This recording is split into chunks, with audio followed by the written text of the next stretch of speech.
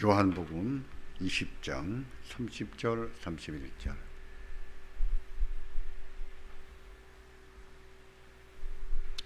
다 같이 보시겠습니다. 예수께서 제자들 앞에서 이 책에 기록되지 아니한 다른 표적도 많이 행하셨으나 오직 이것을 기록함은 예수께서 하나님의 아들 그리스도심을 믿게 하려 하며 또 너희로 믿고 그 이름의 힘입어 생명을 얻게 하려 함이니라. 아멘. 이 두 절 말씀은 요한복음을 기록한 목적을 말씀하고 있습니다. 마태, 마가, 누가 세 권은 공관복음이라고 하잖아요. 공관복음에 비해서 요한복음은 왜 요한복음을 기록했는지 목적을 더 선명하게 말씀하고 명백하게 알려줍니다. 그래서 요한복음을 어떻게 이해해야 되는가, 어떻게 봐야 되는가 하는 것도 보다 선명하게 가르쳐 준다, 이렇게 말할 수가 있겠습니다. 예수님은 하나님으로서 인간의 몸을 취하셨습니다. 예수님은 참 하나님이시고 참 사람이셨어요. 그래서 사람으로 사시는 동안에, 그 육체를 입고 있는 동안에 예수님은 내가 하나님이다 하는 인식을 늘 의식하고 살았을까요? 안 살았을까요? 인식하셨을까요? 못하셨을까요? 나는 사람이다 라고만 생각했을까요? 내가 이렇게 몸을 입고 똑같이 살지만 나는 하나님이다 아셨을까요? 모르셨을까요? 아셨죠. 인식이 있었죠. 예수님이 신인식이라고 하는 것인데 있었습니다. 예수님께는 신성과 인성이 있으신데 신성으로서 인격이 있고 인성으로서 인격이 있습니다. 그렇다고 해서 예수님에게는 두 인격이 있을까요? 아니죠. 한 인격이 있는 거예요. 그것을 이성 일인격이다 이렇게 우리가 말하잖아요. 한 인격 안에 신성과 인성이 있으시다, 그런 말입니다.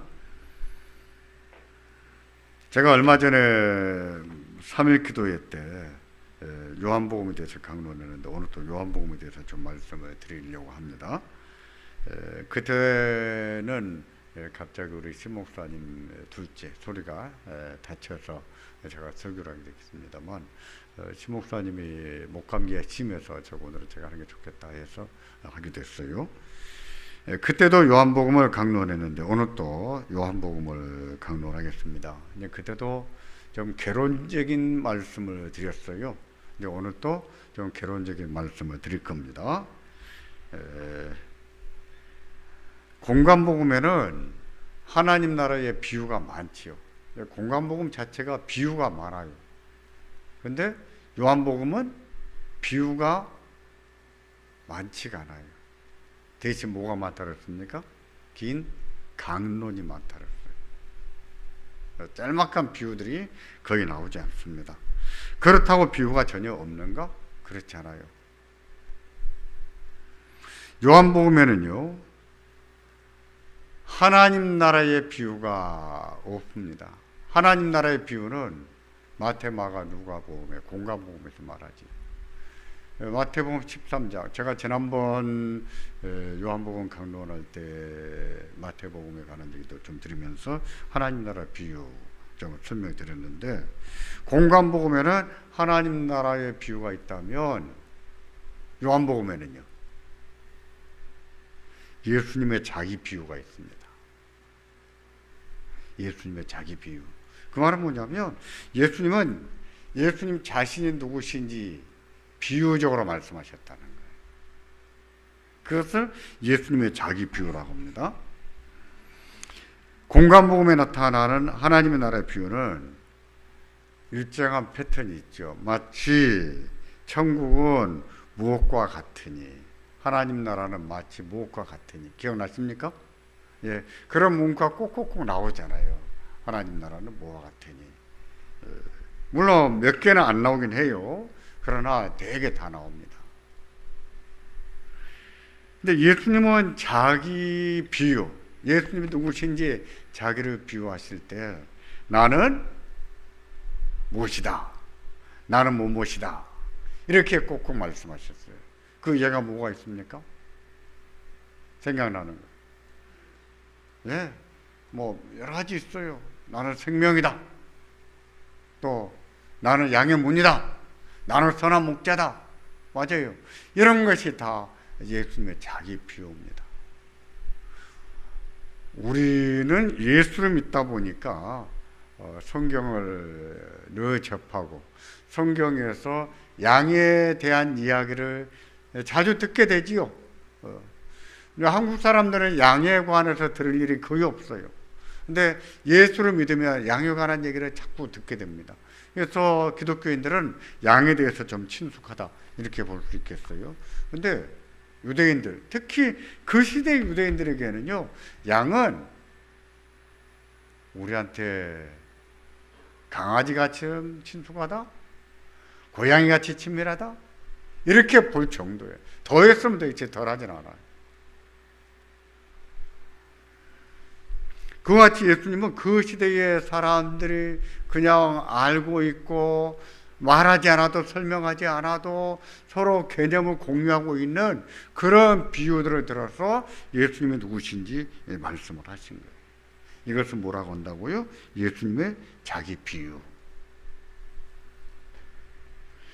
비유는요, 두 가지 역할을 했습니다. 첫 번째는 진리를 감추는 역할을 해요. 진리를 감추는 역할. 여러분 기억나실 거예요.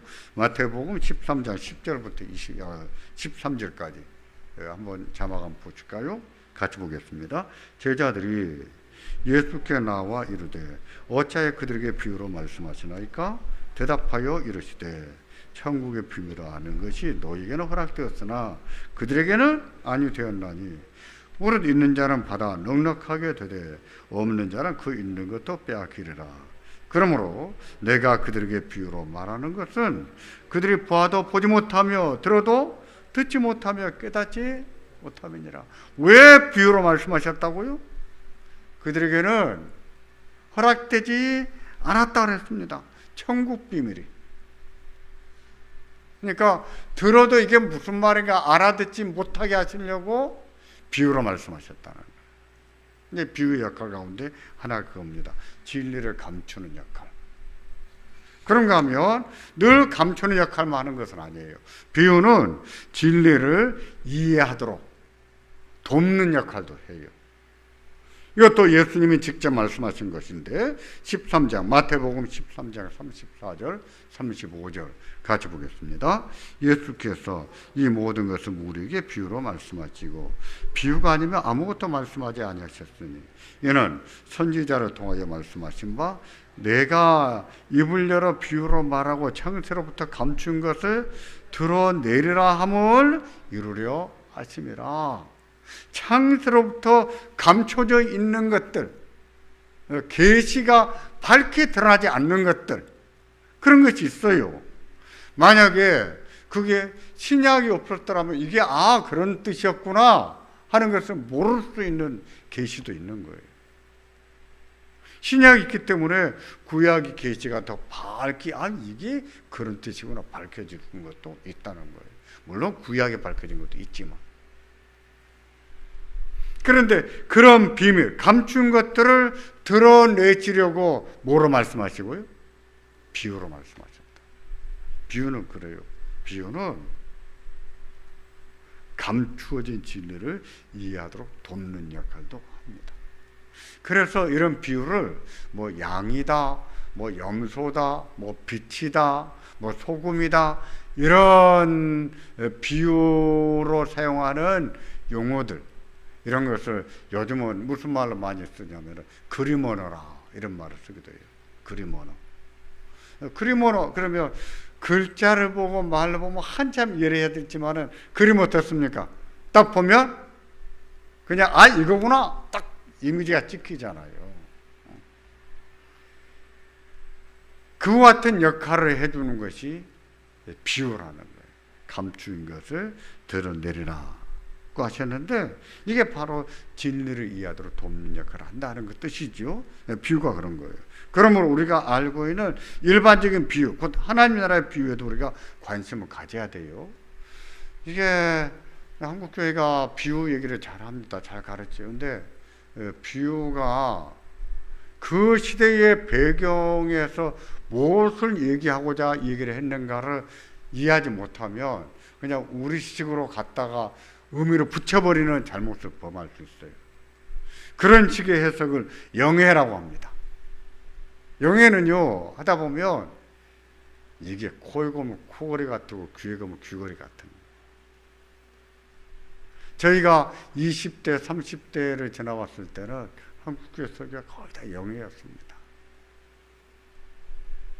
그 영해라고 하는 것이 비유와 다른 거예요. 풍자, 알레고리, 이거 같은 거예요. 제가 그런 얘기도 몇 번 드렸습니다. 선한 사마리아인의 비유. 어떤 사람이 내려가다가 강도를 만났습니다. 제사장도 지나가 버리고 레위인도 지나가 버리는데 누가 도와줬습니까? 선한 사마리아인. 그 사람이 치유해서 어디로 데려다 줬어요? 어디로 데려갔습니까? 주막에 갔잖아요. 주막에 가서 그 사람을 주막 주인한테 부탁하면서 돈 얼마나 주고 갑니까? 동전 2립을 줬어요. 그러면서 그가 하는 말이 부비가 더 들면 내가 돌아올 때 갚아주겠다. 이렇게 말해요. 그 주막은 뭘까요? 교회일까요? 동전 2립은 뭘까요? 구약과 신약일까요? 다시 온다는 얘기는 뭘까요? 예수님이 재림한다는 것일까요? 예수님이 그거 설명하시려고 그런 얘기 하시려고 선한 사마리아인의 비유로 들려주셨습니까? 아니에요. 누가 우리의 이웃입니까? 제사장이 이웃입니까? 레위인이 이웃입니까? 아니다. 강도 만난 사람이 있으면 그가 사마리아인일지라도, 사마리아인이라면 누가 멸시합니까? 유대인들이 그렇게 무시하고 멸시하고 차별하는 그들이지만 그가 이렇게 돕는 그런 사람이 이웃이다. 그 얘기해 주시는 거예요. 그런데 주막은 교회고 두립은 신약과 구약이고 다시 돌아오는 것은 예수님 재림이고 이렇게 설명하면 듣기는 재밌을지 몰라요.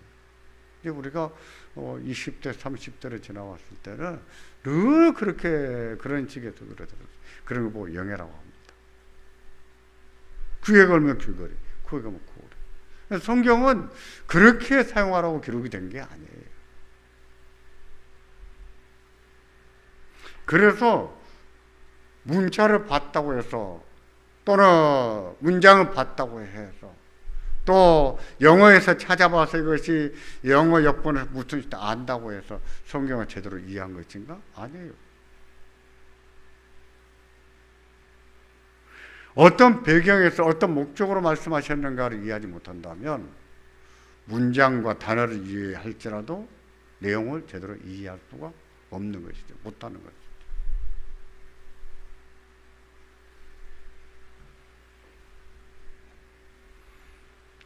우리가 일반적으로 알고 있는 비유들, 곧 하나님 나라에 관한 비유들요, 우리가 관심을 가지고 봐야 되지만은 예수님의 자기 비유도요, 관심을 가지고 좀 보셔야 돼요.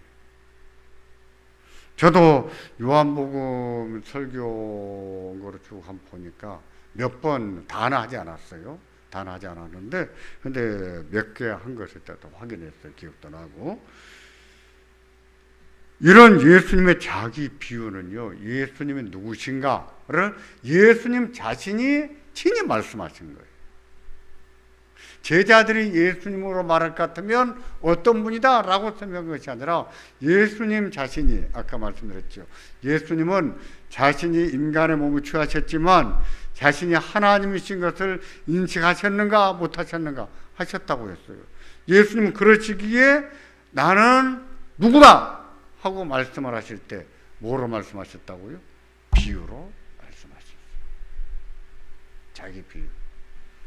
예수님의 자기 비유는 요한복음에 몇 개가 나오는가? 7개가 나옵니다. 오늘은 그 7개를 간단하게 살펴보고 넘어갈 거예요. 근데 그 예수님의 7번의 자기 비유, 예수님 자신이 누구신가를 나타내는 자기 계시다. 이렇게 말씀해도 돼요. 그 자기 계시는 요한복음을 기록한 목적과 정확하게 일치합니다. 요한복음 기록한 목적, 그게 뭐라고 했던가요? 예수께서 하나님의 아들 곧 그리스도이심을 믿게 하고 또 곧 영생을 얻게 하려 함이라. 그 이름을 힘입어서 생명을 얻게 하려 함이라. 그거였어요. 예수께서 누구시라고요? 하나님의 아들 그리스도이심을 믿게 하고 그를 믿고 그를 힘입어서 영생을 얻게 하려, 생명을 얻게 하는 거예요. 그런 목적으로 요한복음을 기록을 했습니다. 하는데 사도 요한은 요한복음 기록하면서 예수님이 하셨던 그런 말씀들, 예수님이 나는 누구다 말씀하셨던 그 말씀들을 생각하면서 그 말씀들을 하나하나 기록한 것이에요. 그게 몇 개라고요? 7개. 요한복음에 기록한 목적, 우리가 방금 보았습니다만은 이 목적 20장 30절과 31절에서 보면은 세 가지를 말합니다. 첫 번째는 예수님은 누구신가? 하나님의 아들 그리스도시다. 두 번째는 왜 기록했는가? 뭐 하려고요? 믿게 하려고. 믿게 하는 목적은 무엇인가? 무엇입니까? 그를 입어 생명을 얻게 하려고. 그러니까 요한복음을 잘 읽었다면, 잘 배웠다면 우리도 뭐가 자꾸 증명이 돼야 되고 우리가 한테 증거가 써야 되냐면, 아 맞아, 예수님은 하나님의 아들 그리스도야 하는 증거가 우리 안에 자꾸 쌓여가야 되죠. 맞아, 예수님은 하나님의 아들 그리스도야. 그런 증언이 한 겹, 두 겹, 세 겹, 여러 겹 이렇게 쌓여가야지. 그게 두껍게 쌓여진 것만큼 우리의 뭐가 될까요? 확신이 되는 거라고요.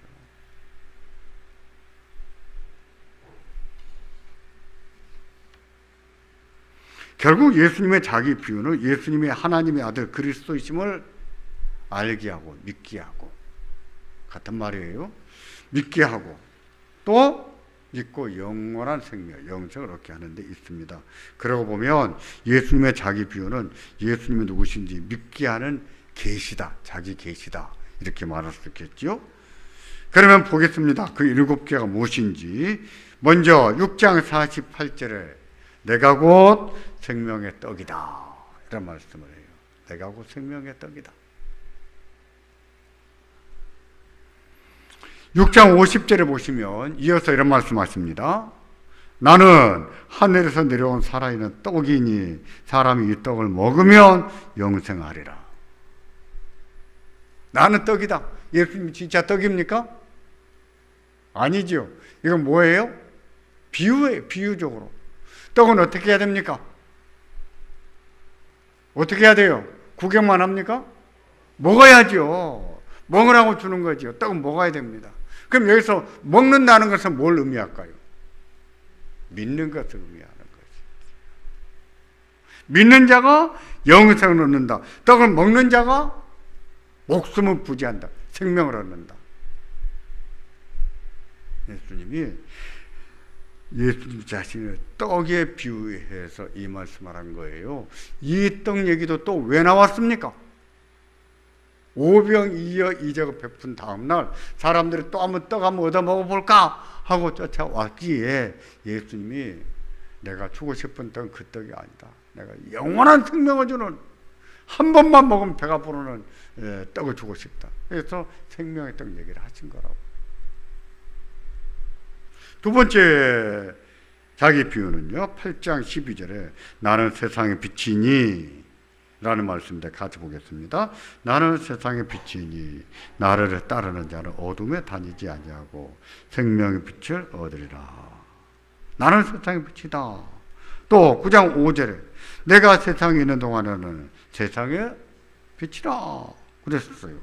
그러니까 나는 세상의 빛이니 나를 따르는 자는 어둠에 다니지 않는다. 그럼 여기서 빛을 따라다닌다는 말은 무슨 뜻일까요? 예수께서 하나님의 아들 그리스도이심을 믿고, 여기서 따른다는 말은 믿는다는 뜻으로 하신 말씀이지요. 실제로 예수를 믿는다는 것은 또 무엇인가? 따른다는 의미예요. 예수님을 따라다니는 거예요. 문제는 구경꾼처럼 멀리서 따라다니냐, 아니면 아빠처럼 큰형님처럼 손을 붙잡고 꼭 쥐고 따라다니느냐 차이가 날 뿐이죠. 세 번째입니다. 10장 7절에 예수님은 자신의 문에다가 비유하셨습니다. 문, 양의 문. 같이 보겠습니다. 내가 진실로 진실로 너희에게 말하노니 나는 양의 문이라. 9절에 내가 문이니 누구든지 나로 말미암아 들어가며 구원을 받고 또는 들어가며 나오며 꼴을 얻으리라. 이 말은 우리에게는 우리에 대한 개념이 없다 보니까 이해하기 힘든 문제예요. 양이 있는 데는 반드시 뭐가 따라다닐까요? 늑대가 따라다닙니다. 늑대와는요, 개하고 달라요. 개한테 물려도 핏볼 같은 개한테 물리면 죽을 수가 있어요. 진짜 맹견입니다. 근데 늑대는 송곳니 길이가 달라요. 목을 물면 그야말로 한숨에 끊어놓을 수 있을 만큼 송곳니가 큽니다. 맹수예요. 근데 그런 늑대로부터 양을 보호하려면 어떻게 됩니까? 우리로 들여보내야죠. 우리는 뭘로 만들었을까요? 다 돌담으로 만들어요. 몽고도 보면 돌담이에요.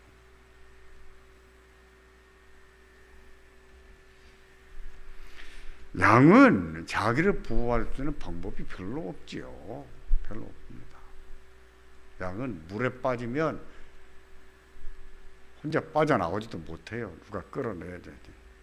양이 물에 빠진 것은 뭐 같은가? 무스탕을 입고 강물에 뛰어든 것과 똑같아요. 빠져나올까요? 못 빠져나오죠. 따라서 여기서 들어간다, 또 들어간다. 그 말은 역시 믿는다는 뜻을 하는 얘기예요. 믿는 자가 생명을 얻는다. 그 뜻이에요. 들어가야 목숨을 지키지. 네 번째, 10장 14절인데 나는 선한 목자라. 나는 내 양을 알고 양도 나를 아는 것이. 27절에 내 양은 내 음성을 들으며 나는 그들을 알며 그들이 나를 따르느니라. 양은요, 눈이 근시라 그래요. 근시, 초근시라 그래요.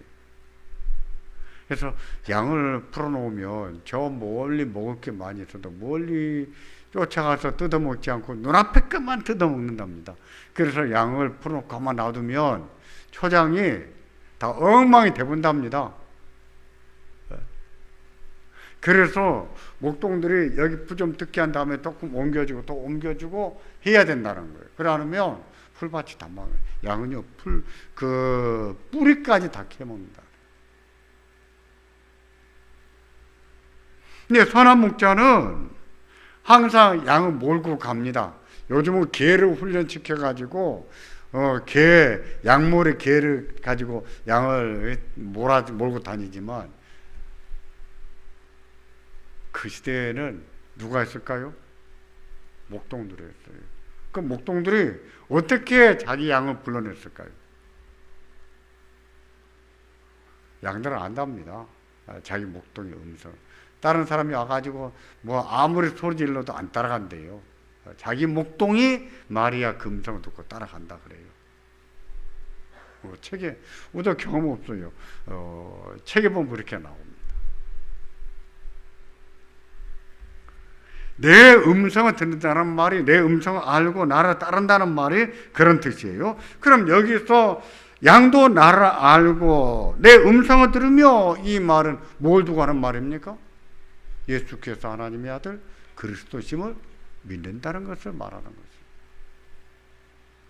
다섯 번째입니다. 11장 25절 나는 부활이요 생명이니 나를 믿는 자는 죽어도 살겠고.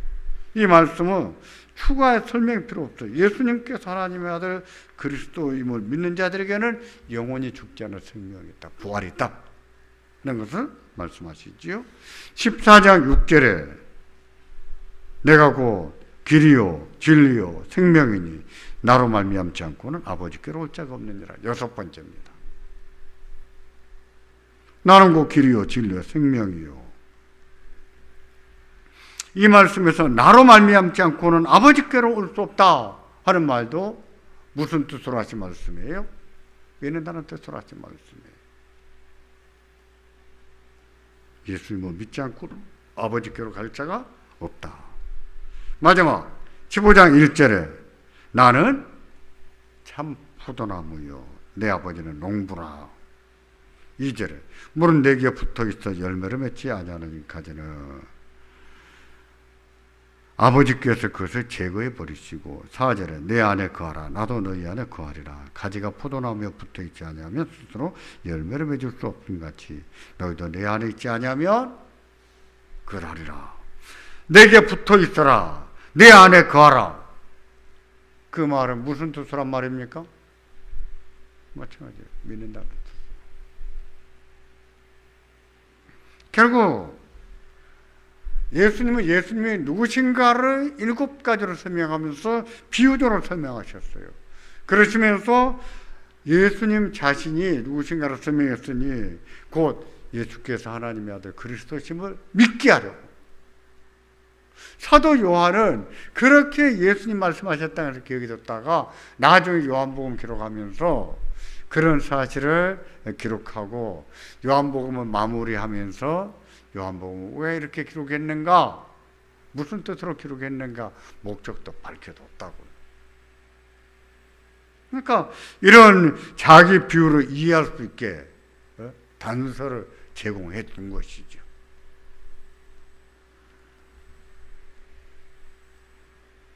우리는 예수님의 하나님의 아들 그리스도심을 믿습니다. 그러십니까? 믿으십니까? 예, 우리 믿습니다. 그렇다고 예수님의 자기 비유와 같은 증언이 필요 없을까요? 아니에요. 목사도요,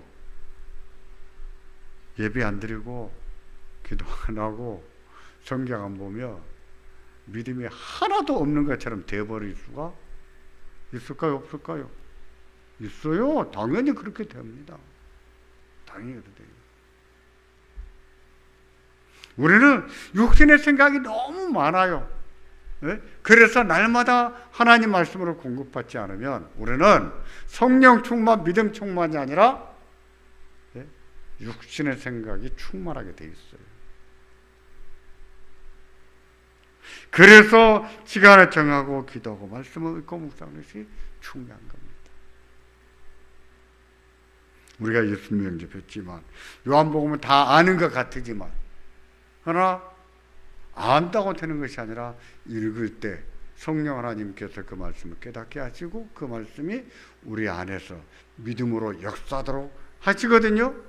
그래서 아는 것 같아도 안다고만 생각할 것이 아니라 그 말씀을 내게 주신 하나님 말씀이다 생각하고 읽고 묵상, 기도해야 됩니다. 그렇게 함으로 우리는 육신의 생각을 지고 성령을 쫓아 살 수 있고 성령으로 충만한 삶을 살 수가 있습니다. 우리에게 그런 은혜가 늘 있고 이런 경건이 있기를 주의 이름으로 기원합니다. 기도하겠습니다. 오늘 말씀을 생각하면서 기도하겠습니다. 예수님께서 하나님의 아들 그리스도